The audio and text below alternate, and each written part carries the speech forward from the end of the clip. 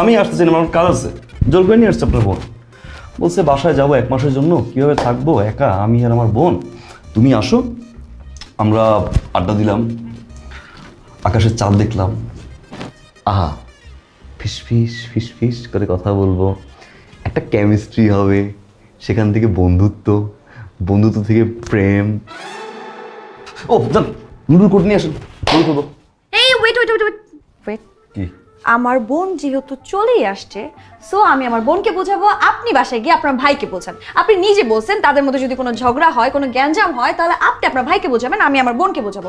So এখন আমার বোনকে আমি আরামসে আমার বাসায় বসে বসে বোঝাবো, আপনি দয়া করে আপনার ভাইকে বোঝান। যান। কি? এর মানে আমি এখন চলে যাবো? কোর্স ঢুকবো না ভিতরে? কোনো ঢোকাঢুকি নেই, যান আপনার ভাইকে বোঝান। এক কাপ চা তো খাই। ইম্পসিবল, আপনি যান। যাবেন। গেলাম কিন্তু ব্যানার্স। যান।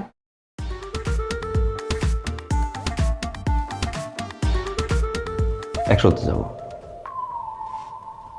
আবার কি শর্ত?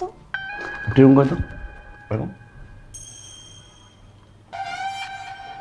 আরে বেআইন, আপনার গালের গর্তটা তো সুন্দর। আরে গাধা, এটাকে গর্ত বলে না, এটাকে বলা হয় টোল। ওই তো টোল।